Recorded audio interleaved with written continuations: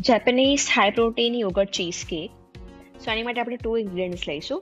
તો first of all milky મિસ્ટનું મેં હાઈ પ્રોટીન ગ્રીક યોગર્ટ લીધું છે 18 ગ્રામ્સ, અને બીજું લીધું છે 2 પેક્સ ઓફ બિસ્કોફ બિસ્કિટ. તો આને આપણે એક પ્લેટમાં કાઢી લઈશું. હવે આપણે એક બોલમાં આમાં જે હાઈ પ્રોટીન યોગર્ટ છે એને આપણે ટ્રાન્સફર કરી લઈશું. બધું જ યોગર્ટ આપણે લઈ લઈશું 18 ગ્રામ્સ.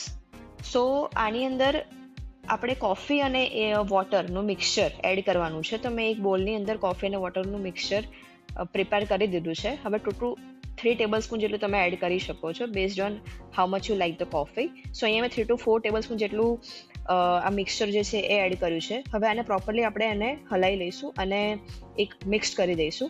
હવે 1 by 1 બિસ્કિટ જે છે એને આપણે આ કોફીનું મિક્સચર જે છે એમાં આપણે ડીપ કરીને આ જે બોલ આપણે રેડી કર્યો હતો એ બોલમાં આપણે પ્રોપરલી એને અરેન્જ કરી લઈશું.